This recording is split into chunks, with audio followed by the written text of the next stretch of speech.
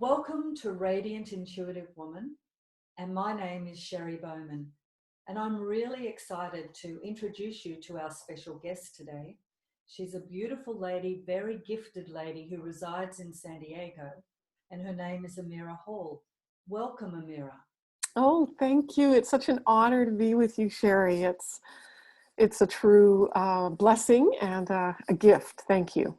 Thank you. Well, I know that you guys are really going to love Amirah, and you're going to love her personal story, which involves a near-death experience. But Amirah, one of the things that I love that you say, and it's so true, restoring body, mind, and spirit to their original essence creates miracles. And we're going to talk a little bit more about your work, a little bit more in depth, a little bit later on in our chat. And we're also going to talk a little bit about the programs that you offer as well. But I would just like to say here, a little standout for me is that you guide women, or you help women resolve subconscious sabotages that keep them from playing small. And wow, I think that is such awesome work. But like I said, we're going to talk about that a little bit later on. I always like to ask this question of my guests. And this question is that I believe that most people have a pivotal moment in their life where they listen to their body, listen to their intuition, and their life changes. And I'm sure that there's a moment that we can all recall around that. And I'd love you to share your story with us, Amirah. Well, yes, there was a pivotal moment. And I think when I was reflecting on the question, I've been on the journey 40 years. I've been somebody that's always been curious about the unspoken world or the unseen world. And I stopped and started many times along the way. Maybe I got it a little bit or had a glimpse of it or whatever. Life took me into a flow that was not where my spirit wanted to go. So that pivotal moment was a near-death experience while I was traveling in Egypt at the Valley of the Kings. And, I often say to people when talking about this is it was as if my clock stopped and it started again. A completely different life, a completely different path. I tried to go back to working in the corporate world, but it was like there was just no way. Every door shut behind me or in front of me. I couldn't walk through, it was like an extremely frustrating, painful time because I'm not sure, the whole near-death experience is quite a story in and of itself, but I think that's really not the story. I mean, a lot of us, we get seduced into the drama of it, and that's kind of tantalizing. It is kind of about a reset, though, isn't it? For most it was a reset, and it was a big cosmic 2x4 that said, you're not going down where you thought you were going, and or really claiming the spiritual path of me, of knowing me. And yes, I had been to counseling. Yes, I had been on a spiritual journey of exploring different modalities and curiosity in different classes over the years, but it wasn't as profound as really taking the bull by the horns and sitting me down in a chair and going, okay, now you're doing this. Yeah. It got to a point. Tried to go back to the old you, like you said. Yeah. There was no going back. The door shut behind me once I stepped through that corridor, and it was such a shocking experience for me. And I was just talking to somebody about what is awakening, and what is all of this that they're talking about, and it's like it's subtle, along the way. And for me, it was extreme and shocking and traumatic, where I fired my friends, I fired my family, I quit my hobbies, I ended up getting fired from my job. So I mean, every single thing. And I know I was sick. It really was a huge, everything got stopped. Almost like an earthquake, and you have to change Absolutely. And, so I hear, and oftentimes during my day, of people saying, my whole life is chaos right now, or, all of these things are falling away. My relationships or my career's ended, or my health is completely, destroyed. And I don't know who I am. I know I want something different, and I don't know where to go or how to do that. And so, I want to applaud you and really validate you, Sherry, for launching this program, and having the vision and the hearing the call, because that I heard the call this year too. It's like, we must pay attention to our intuition. It's that little inner voice, that little GPS signal that's going beep, beep, beep, beep, and showing us which way to go along the way. And most of us are scared or uncertain or just not trusting it or fearful of trusting it. That's right. Absolutely. I think for generations of us, discussing intuition wasn't really, it was a family conversation or a dinner talk, And a lot of people fear it too. They don't want to know about it. They don't want to hear it. Or then there's those that are very inquisitive and would like to know more about it, or don't even know how to, maybe expand on it, or even, I think trust as well is a big part of it. Trusting what you do. As I was growing into all of this awareness, my curiosity went down this so-called psychic path. Really, the unseen world or the non-physical world is psychic. Yes. Right? And then we all have these abilities. So I think in the last maybe a couple of years, these terms have sort of flowered and come to be more mainstream of, spiritual awakening, or intuition is much stronger. And they go, oh yeah, don't use psychic. Yeah, but it's intuition. But it's a natural. It's just a label, isn't it, really? And it's a spiritual ability, That's whatever you call it. So I think these labels of whatever we've called it have sort of, whether, it's a religious programming that we have, or cultural or societal, because I know working in the corporate world, you didn't talk about intuition. It was a gut feeling. And even then that was way too woo-woo. People feel comfortable with gut feeling, don't they? They feel comfortable with that term. And perhaps it's a male term. Yeah, maybe it is too. That was accepted.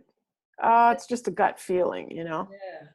Well, yes, and they can feel comfortable with saying that, as opposed to, oh, I intuitively feel this. I mean, that almost is woo-woo and ladylike. That's right. That's true. Or yin, rather than the yang. And so, I'm amused with all of these, boxes that we've put these words in. And I think being able to discuss it in your program, and having it opened, and people going, yes, that's it. Yes, you said it. And that's where I'm at. And I know we're not alone, Sherry.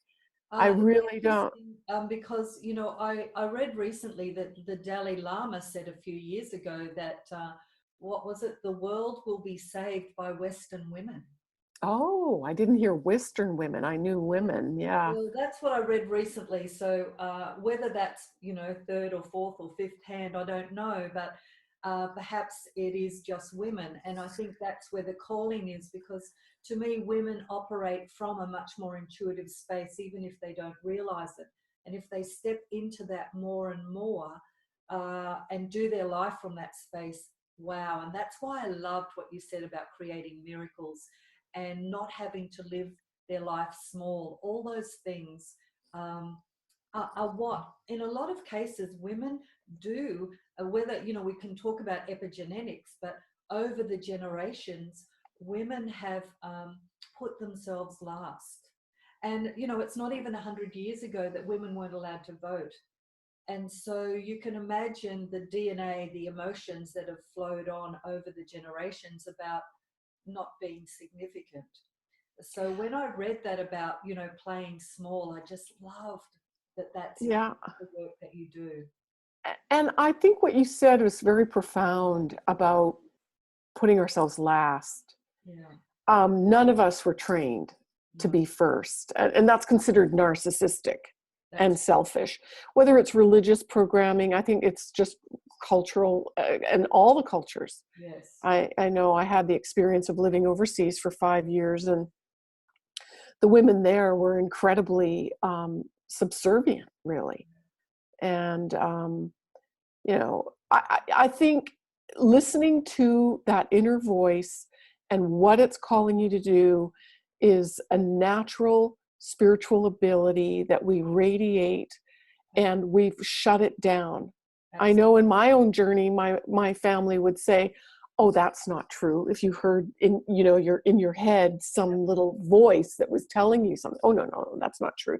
Oh, that won't happen," or, "Oh, you're not." So No, then you no, no. doubt yourself and you don't trust that information. Oh, yeah, exactly. And so I know from my own journey, that was the case. I shut it down. I didn't trust it. And as you are a Cancerian, we're highly intuitive, and I was surrounded by a lot of, nobody else got me.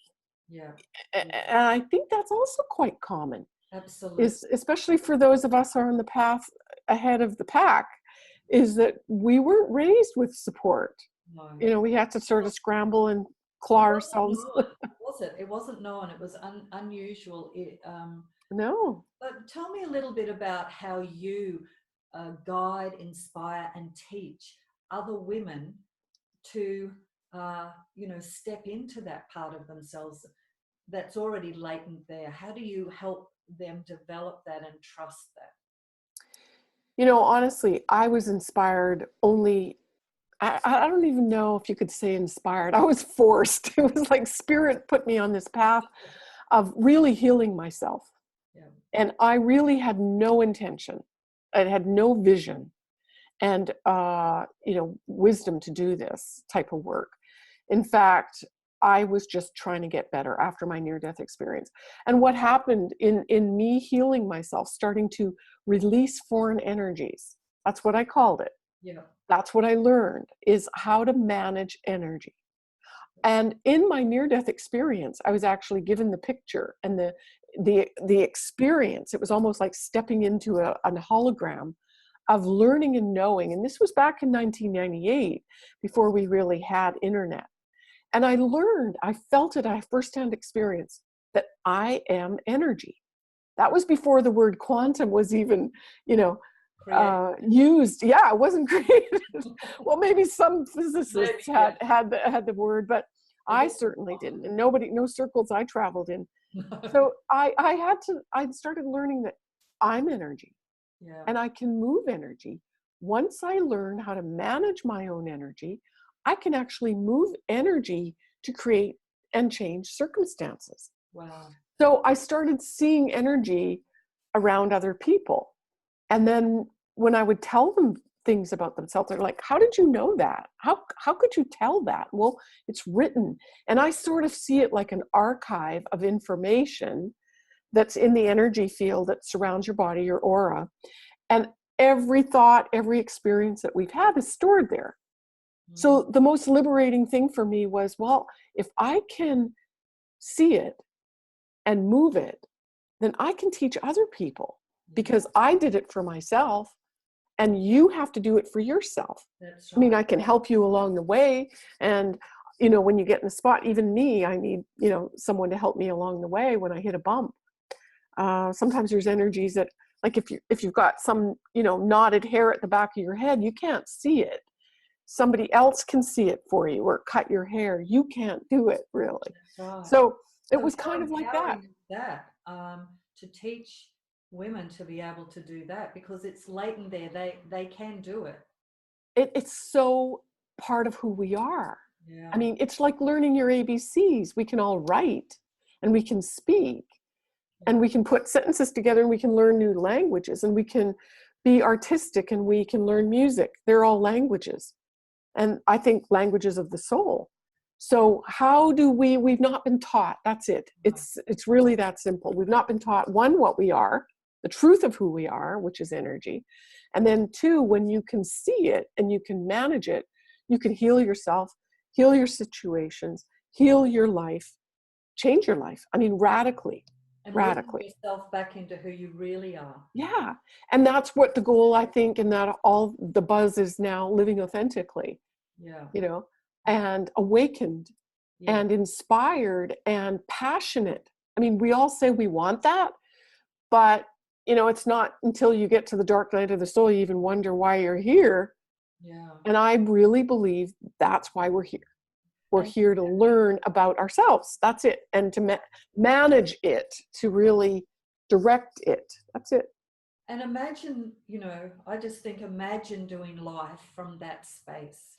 Imagine stepping back into your true self and then having the courage, I suppose, and the trust to do life from that space. Wow, you know, It that's, is a wow. And you know what?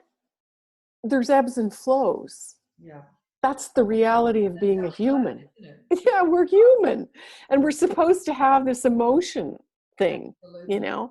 And then, but I'll tell you, when you start connecting the dots, and there's more and more dots of joy and passion and inspiration, and your life is just roaring on fire, wonderful, full of creation. That's just, I don't even know what's possible. I mean, Yeah. it's just really infinite. And do But you I know what we can change our reality, and we can change, you know, all of these horrible things that are experiencing around ourselves. And do you find once you're able to guide women to that space, that they start to learn to trust themselves, you know, that intuition more and more? I think, you know, I wonder, I struggle between, is it trust or is it confidence? So I think they kind Yeah, of go hand in hand. I think And it's, they may be the I two agree. sides of one coin, right? So Absolutely. you start developing a confidence to then be able to trust. Yeah. So it's a journey of, I love that, Amirah. You're so spot on. you Yeah. know, it's a buildup. It's not, it doesn't just, you don't just eat it. It's not a pill. You can't instantaneous, you know, and this whole awakening thing, you know, I hear some of these people on YouTube going, oh yeah, you know, you're awakened and you're awakening. No, it's a journey. I think for me, it's been 40 years already, Yes, you that's, know? I agree. It's not an instant fix, but developing one's confidence and trust uh, is just massive. And so let's just talk a little bit about some of your work, as in some of the online courses, because I know there's one which I think would be awesome to do, the online intuitive mastery. That one really lights me up anyway. Tell us a little bit about, say, that particular training. It's an You, online training. you know, it's interesting because I hadn't taught a live training, intuitive mastery. Oh gosh, it's over 10 years. I did that here in San Diego. And I think I also did, no, that was a mentoring program. I'm sort of going through time here, looking at what happened, but it had sort of been on the shelf. And in alignment with what you said, you know, there's a wave. It's time. I got that message in January. Okay, it's time to launch this again. And so it's an online training. It's a 12-week live training. And you know, how do I say this? Yes, we focus on developing the clairs, the clairvoyance, the clairsentient, the Audience. clairaudience, and the claircognizant. Yeah. But there is, I think, a greater focus is on, very simply, releasing energies, Yeah. releasing patterns of energies that have been keeping you stuck. So I don't have a set picture on what it's going to look like for a person, because their higher self has already gotten the map. It's not a cookie cutter system. There's not a cookie cutter, and I think that's the difficult part of really defining it, because I could say, oh, well, it's 12 weeks and we get, 18, 24 hours of training, and it's very comprehensive. I'm really hands-on, but each individual person is taking a step on their own journey. That's right. And it's So an intuitive training. It's not, what do you call it? A scientific, academic absolutely. thing. It is not thinking. Yes. In fact, it's unthinking, Yeah. everything that we've already done. So You know, it is not about getting another ebook. It's not about getting another handout. It's about, I'm guiding you through a journey. And what are you seeing? What are you noticing? In other words, what does your intuition look like, and how your development is going to be different, Sherry, than my version of how I see. You may not see. You know, I worked with a gentleman out of Saudi Arabia, which was fascinating because he came to me, found me when I was living and working in Dubai. And he said, I want your clairvoyant training. He was already a healer and very accomplished. And he said, I want to develop my third eye and my clairvoyance. And I said, okay, that's great. And well, how is it going to be? How's it going to be? So, well, listen, you have to trust me. So he did. We embarked in it. And I think after the 10 to 12 weeks, his was 12 weeks, he wasn't really sure he knew what that clairvoyance was. Yeah, okay. And it was funny because in a conversation, he called me and he said, Amirah, I can't even believe this. He goes, I'm seeing the organs in this man's body. Wow. And so I said, see, and I don't see like that. No. So I see little vignettes, or I get little movies or little snippets or little animations, or I just have a knowing of something. So it's about opening up all of our abilities. But, you know, again, that can't happen. And I really, really have a distaste for people that talk about, oh, let's open that third eye. Yeah. It's dangerous. Yes. You know, there's a balance that needs to occur. There's a foundation that needs to happen. And your system will open in its own divine timing and appropriate with your life experiences and journey. Absolutely. And you learned that personally after your near-death experience, where it all just went bang and opened up, and you had difficulty coping, didn't you? It was miserable. Yeah. It was, life really sucked. It was really not pretty, nor was I. That's why you know to take I it know. at pace at the appropriate time, in the appropriate And I lay the foundation down so that it can expand and develop at the rate it's meant to. You know, and there's the very seductive part of who we are is our ego.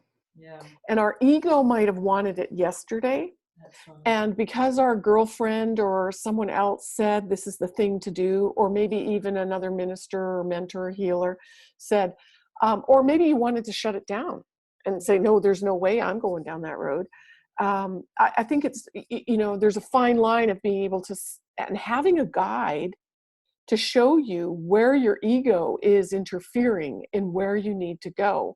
Because I think that part of our, you know, it's necessary. Yes. And I think it's important to be at the back of your head.